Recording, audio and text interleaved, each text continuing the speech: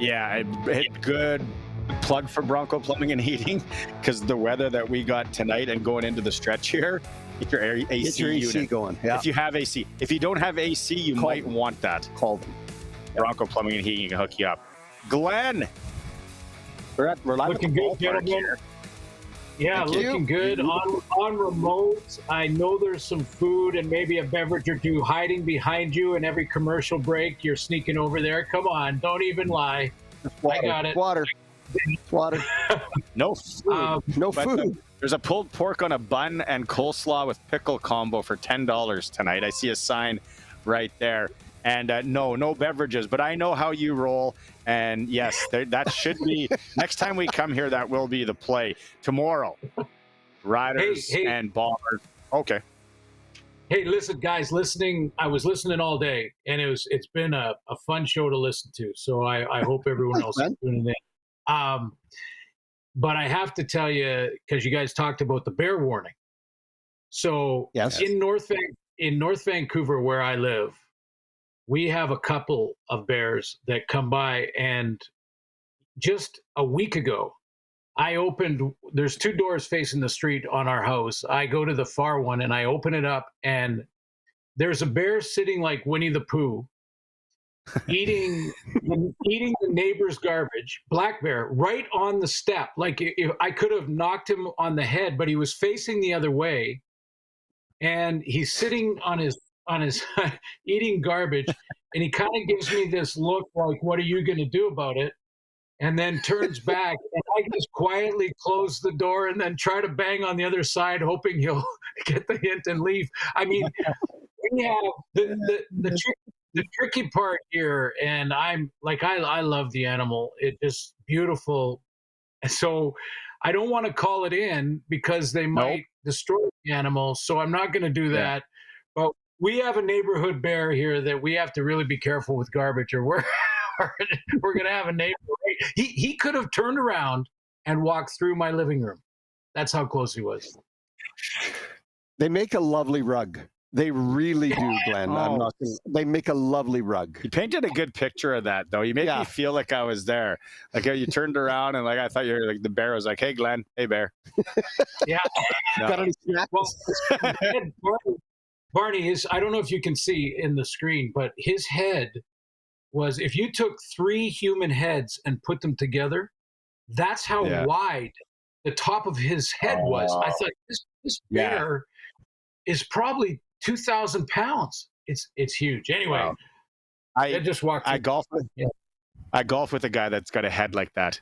Chad is his name. He's in their syndicate. Yeah, at golf. Shout out Roof Mart. How did I know right away as soon as you said Chad? Let's get into the CFL game tomorrow. No Trevor Harris. Not even dressing. No AJ Ouellette. The one that surprised me. No Jamarcus Hardrick. When you looked at who's suiting up tomorrow, did anything jump out at you, Glenn? Yeah, just the overall philosophy jumped out at me. That the plan is clearly, and there's a couple of ways to do this. It's really not right or wrong. It's just the strategy, and the strategy is here: don't get a nick on one of the star guys, one of the key players, one of your core leaders in a preseason game just before the regular season, especially veterans that are up there in age like Hardrick or Trevor Harris. So, if it's a strategy that to me, this is what the preseason should look like. And this is, I'm going to put my pretend coach hat on and say how I would approach it. And it doesn't really matter if it's a home or away game. And, I'm not being disrespectful to the fan. I'm just saying that we have a real goal in mind when the preseason kicks off, and that is to evaluate in game 1. So all your rookies, all game long in game 1. In game 2, ideally, again, with my pretend coach hat on, I want to play my veterans and starters. If they're healthy, 100% healthy, I want to play them about a half, just so that the pace of an actual game, they get that feeling just before they step on the field in the regular season a week later. And it's a short week for the Riders, as you guys have talked about all day. So that's probably part of the consideration here. The other strategy is, what Jamarcus Hardrick can do. You know what Trevor Harris can do. You know what AJ Ouellette can do. You know who they are. You know how they're put together. You know how they think, how they prepare.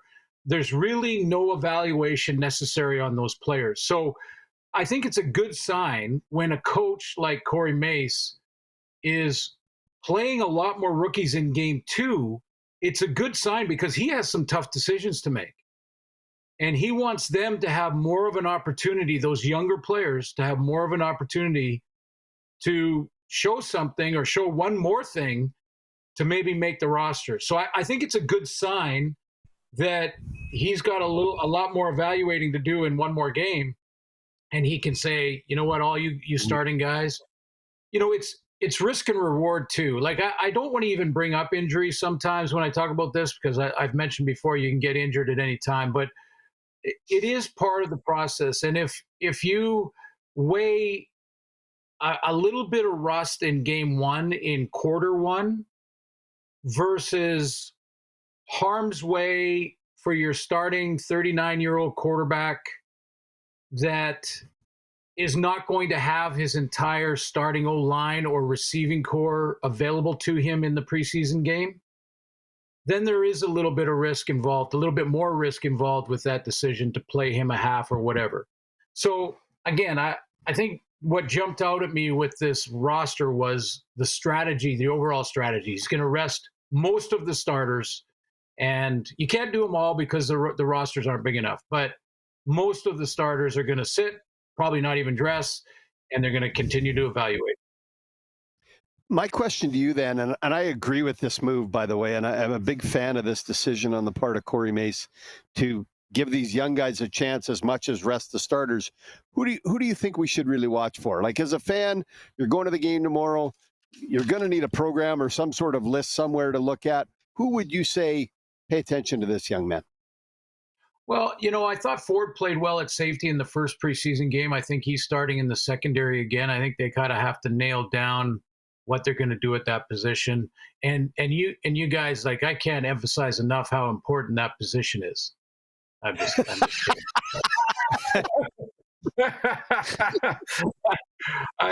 I'm only kidding. It's true, though. True. Well, it is in a certain sort of leadership way of making sure everyone lines up right and everything. But as far as making plays, you get a chance at that position at free safety to maybe make 3 or 4 plays a game. And then the rest of the time, you're supporting the rest of the secondary. But, Roland Milligan hurting a thumb is not worth the risk of, we know what he can do, and so sit him down. As far as guys that I'd be watching for, I want to see when the ball is in your zone, when the ball comes to your area, how are you reacting? Who is making that big catch over the middle that we don't know?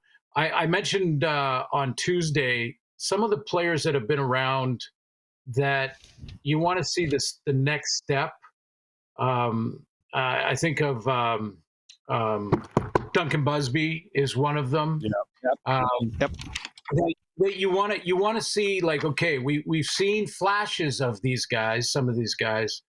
Now you want to see a more consistent, potentially 1,000-yard receiver type of, and you're not going to see it in one playoff game, but preseason game. But you hope that those guys make the plays that they have the opportunity to make.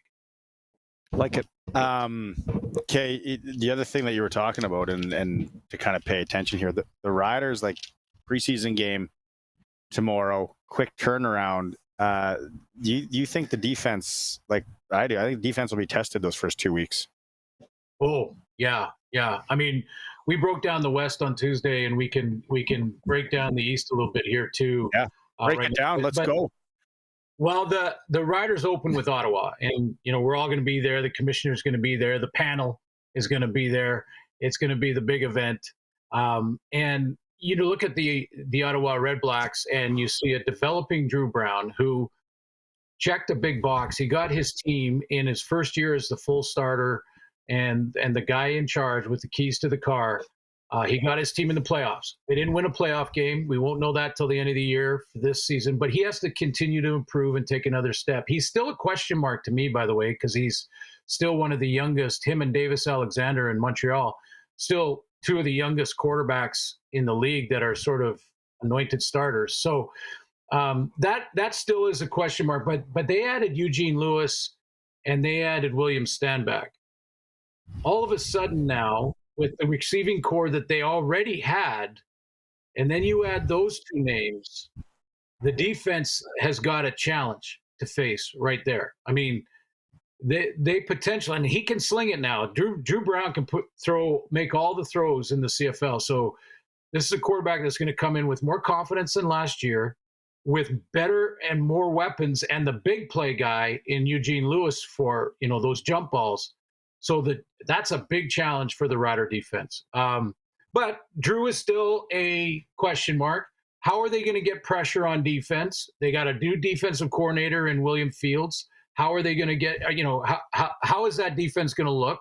And where is the pressure going to come from? And last year, Ottawa led the league in turnovers. If they do that again, forget it. That's the worst stat that you can struggle at in the game of football. If you're not good at the giveaway takeaway category, forget it. It's a disaster. Okay, yeah. where do you want to go next? What's the next team? Hamilton? Well, the next team is Hamilton. Now, that's second up for the Riders in the schedule. And when I look at Bo in the first preseason game, watch that game, and he's fine. He looks healthy. He looks good. He looks strong. This was the number one passing team in the league last year, and they started 0-5. Think about that. They led the league in passing yards, average net offense, those things with Bo. Yeah. And they weren't, and they didn't make the playoffs.